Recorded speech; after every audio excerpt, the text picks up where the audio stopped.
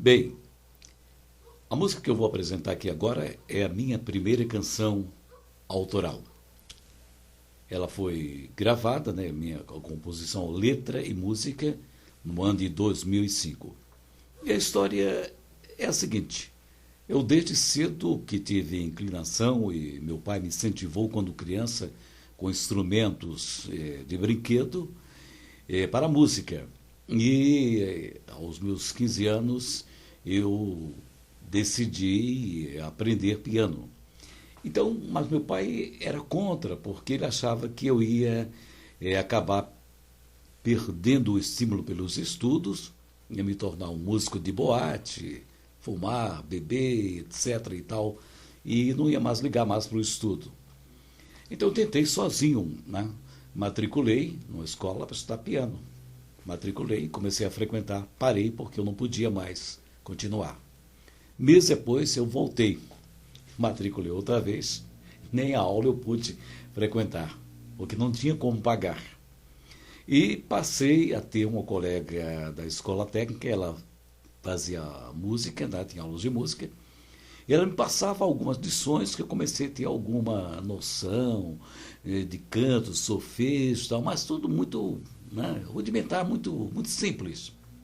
Houve também um festival na escola em que eu tentei, né, cantar alguma coisa, mas que não dava para mim, né? Na época do Chico Buarque, né, de Vinícius, Paulinho da Viola, aquele pessoal todo, então não era a minha praia, não dava para mim. E eu não tinha ainda recurso para enfrentar um empreendimento desse. Bom, para minha sorte, nessa época, ainda na escola técnica, o último show de uma turma de jovens lá de Recife foi feito na escola que eu estudava. E lá estava lá o Reginaldo Rossi, Sandro Delane, a Cátia Silene, o Silver Jets, né? Pessoal todo ali que ia para São Paulo tentar a vida para São Paulo Centro, né? Porque Recife não tinha condição mais para eles. TV Jornal do Comércio, programa dos Luiz Jansen, etc. e tal, não dava mais. E também a ProUnica, a grande, a pioneira da fábrica de discos Rosenblit, também não tinha como bancar aqueles artistas todos, né?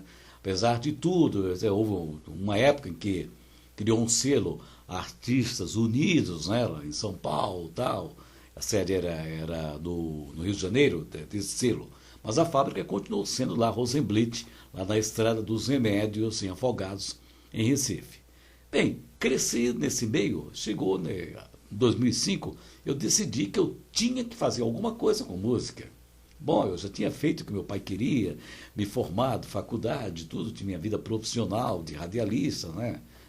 Então, eu já tinha outras formações, e eu digo, não, eu vou fazer uma questão de lazer. Comprei um teclado e comecei, né, a dedilar, mas eu não sabia nada. Eu fui descobrir que era oitava porque tinha 4 sequências, ele era 4 oitavas. Aí comecei a tocar, ficou lá, tal, ficou lá. Meses depois voltei ao teclado e comecei a dedilar, tal, aí comecei a tem que compor alguma coisa, tem que fazer. Ah, eu estou sabendo que é dó, ré, mi, fá, sol, lá, sol, a sequência toda aqui, o sustenido, e comecei e tal, e fiz minha composição.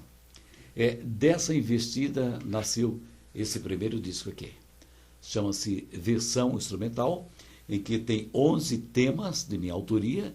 Eu gravei em tempo real, né, para sair mais acessível no estúdio. Não era um estúdio de grande porte, mas tinha boa qualidade. Tinha grandes investimentos, grandes recursos, mas tinha excelente qualidade. E desse aqui, das versões instrumentais, eu decidi fazer, na mesma época, esse aqui, que seria Sabor do Amor, em que é o segundo, né, mas saiu na mesma época, em 2005, eu comecei a fazer, né, a colocar letra naqueles temas, naquelas canções, naqueles temas, né, que eu havia produzido, composto para o primeiro disco. E esse foi legal, bacana, tudo bem e tal. Fiz minha primeira versão, que foi uma versão para... aliás, a minha primeira versão foi a versão do ET Damu, né? no ano de 80 e alguma coisa, 83, acho, que foi 82, por aí mais ou menos. E depois, já nessa época de 2005, eu fiz uma letra, uma versão para Mississippi. Né? Já havia, né, no mundo sertanejo uma versão Mississippi, essa versão Mississippi. E depois eu fiz também uma versão para o Have You Ever Seen the Rain. Tinha a famosa versão do Cine Pinto, que os Silvers gravaram, né? Excelente, né? Mas eu queria fazer algo meu. E comecei a fazer minhas produções e tal. Então saiu também essa versão nesse mesmo ano de 2005. Bom, mas o fundamental dessa nossa conversa aqui é mostrar para vocês a minha primeira música, que foi, era um tema, era uma música, coloquei letra e inicialmente ela saiu neste disco, mas saiu ainda com teclado. Então o pessoal sempre reclamava, não, a música é legal, cara, é legal, a melodia é gostosa, a letra e tal, mas é muito MIDI, está muito MIDI. Eu disse, pô, não tem, é difícil. Então fazer o que é que eu fazer? É apenas um demo aqui. É um demo de luxo, né? E eu não tenho nenhuma pretensão, né? Apenas realização. Como hoje, a música para mim é muito importante na minha vida, mas não há nenhuma presunção de se tornar um artista financeiramente, tal, tal. E certa vez eu estava lendo uma entrevista do Eric Clapton que ele dizia, olha, se você conseguir sobreviver com música, está muito bom, dê graças a Deus, porque enriquecer com música, ficar rico com música, é o mesmo que tirar na loteria. Eu não esqueci mais dessa entrevista, dessa conversa do Eric Clapton. Mas aí eu comecei, né, a pensar como eu vou fazer um novo arranjo para essa música, tem que ter um estúdio, mas contratar o pessoal, mas o pessoal tinha mais uma pegada da música jovem dos anos 80, aquele pessoal todo, aquele novo rock brasileiro, né? Excelente, mas eu achei que não ia se encaixar, e acabou que não deu em nada. Mas eu voltei ao antigo estúdio e conversei lá com o pessoal, e a gente fez exatamente. Eu entreguei a música para ele, já sabia o que eu queria, o que eu pensava, e foi o lançamento desses 2 discos, né? Nosso lançamento, foi tudo legal, como manda o figurino bonitinho, mas não saiu um demo, tá? Não saiu daí. Como é que eu ia conseguir uma produtora, uma editora, né, para editar minhas músicas e alguém para gravar, ao menos? E eu muito menos, quer dizer, ficava muito complicada essa situação. Mas nessa época, logo após eu voltei ao estúdio e conversei com o Tãozinho Andrade. Tãozinho Andrade, ele é um cara das antigas e da pesada. Um excelente músico, é considerado pelos músicos o melhor guitarrista de Juiz de Fora. Aí o Tãozinho, olha, eu gostei dos seus temas muito legal, bonitos aí. Agora, eu posso botar aí um violão, tá, uma guitarra, uma coisa, vai ficar legal, tal, tudo bem. Mas eu entreguei para ele essa música, que chama-se Tanta Solidão, porque não havia como eu mudar ou colocar outro nome. Isso é normal. Isso é normal haver várias músicas com o mesmo título. É mentira, é a música do fulano, do ciclano, tal, essa de cá, né? Mas não tinha como mudar. Que me desculpe o Roberto, mas eu não tive a mínima intenção de pensar, porque a música fala nisso, Tanta Solidão. E até porque eu não tinha, nem tenho nenhuma pretensão de comercializá-la. Mas então, aí apresentei ao Tãozinho Andrade e o Tãozinho fez um arranjo maravilhoso. Então ficou assim, na percussão o Luizinho, na bateria o Cristiano, bateria e teclados, o Tãozinho ficou com contrabaixo e violão. E a Carol Beckman fez os corais, maravilhoso. A Carol, garota sensacional, tá? E não seguiu em frente na música, porque não quis, porque talento, ela tem competência, ela tem demais. Depois deve ser já uma senhora, né? Deve estar casada, não tive mais notícia, mas é uma excelente, tem talento e tem capacidade para continuar na música.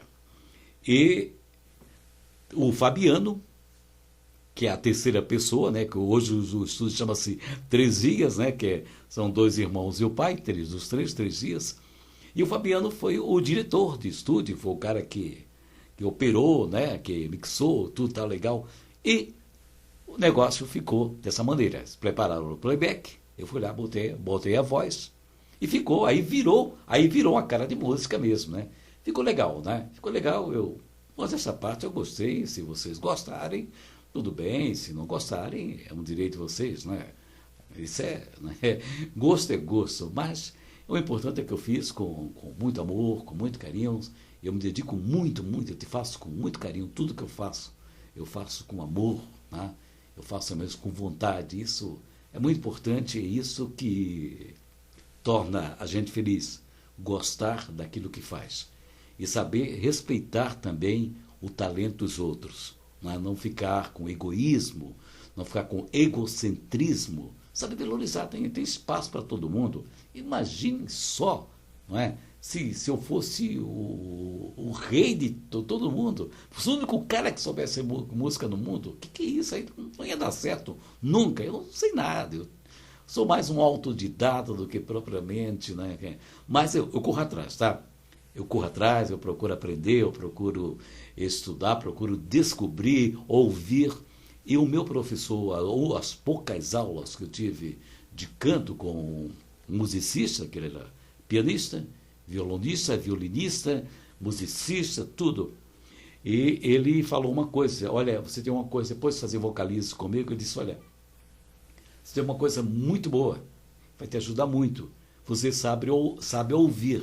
E saber ouvir na música é muito importante. Tem gente que tem o ouvido absoluto. Não quer dizer que o cara que tem ouvido absoluto, né, vai estar bem na música. Não.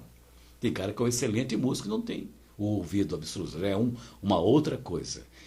Mas deu certo. E esse meu professor, o Carlos, o doutor Carlos, né, ele conseguiu, para mim, montou no projeto dele, da tese dele, da formatura e tal, um coral. Mas, infelizmente, coincidia o ensaio do coral, era no horário, num domingo, e eu tinha que trabalhar todo domingo nesse horário, na emissora de rádio em que eu trabalhava na época. Então, eu perdi a chance, porque o melhor local para você aprender a cantar é um coral. Seja numa igreja, um grupo religioso, seja onde for, sabe? O coral é realmente onde você vai aprender a cantar. E principalmente as pessoas que não têm recurso financeiro, né, para manter aulas, para ter aulas, para enfrentar um conservatório, etc. e tal, elas acabam aprendendo com os grupos religiosos, né, nas igrejas, seja católica, evangélica, o que for, mas realmente tem alguém lá que sabe, que tem alguma noção, até músico mesmo, né, formado pessoas especializadas em vocais, em tudo, e que vai te ensinar, realmente você vai estar muito bem. E a gente continua aqui, sendo feliz, e espero que, se não der para chorar, né, que não tem que dar para rir também, tá? Vamos mostrar, vamos ver como é que ficou Tanta Solidão.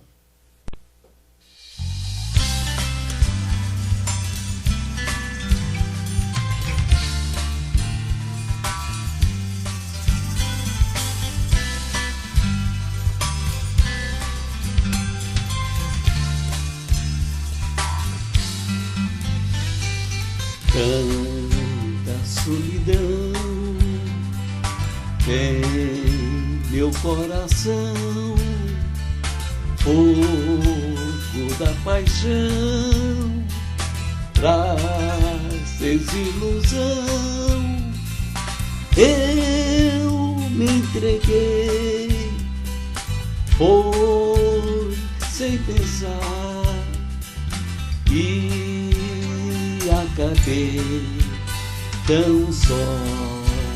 Carol Beckman.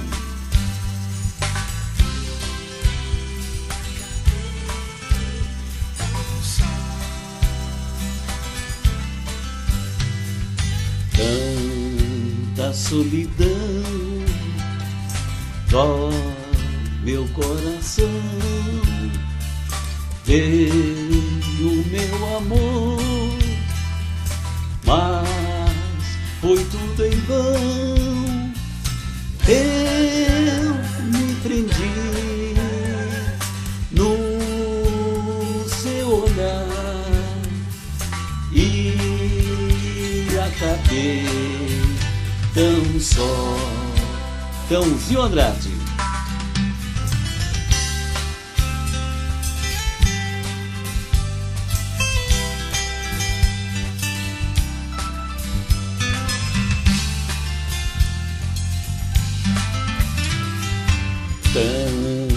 Tanta solidão dói meu coração. Dei o meu amor, mas foi tudo em vão. Eu me prendi no seu olhar e acabei tão só. E acabei tão só.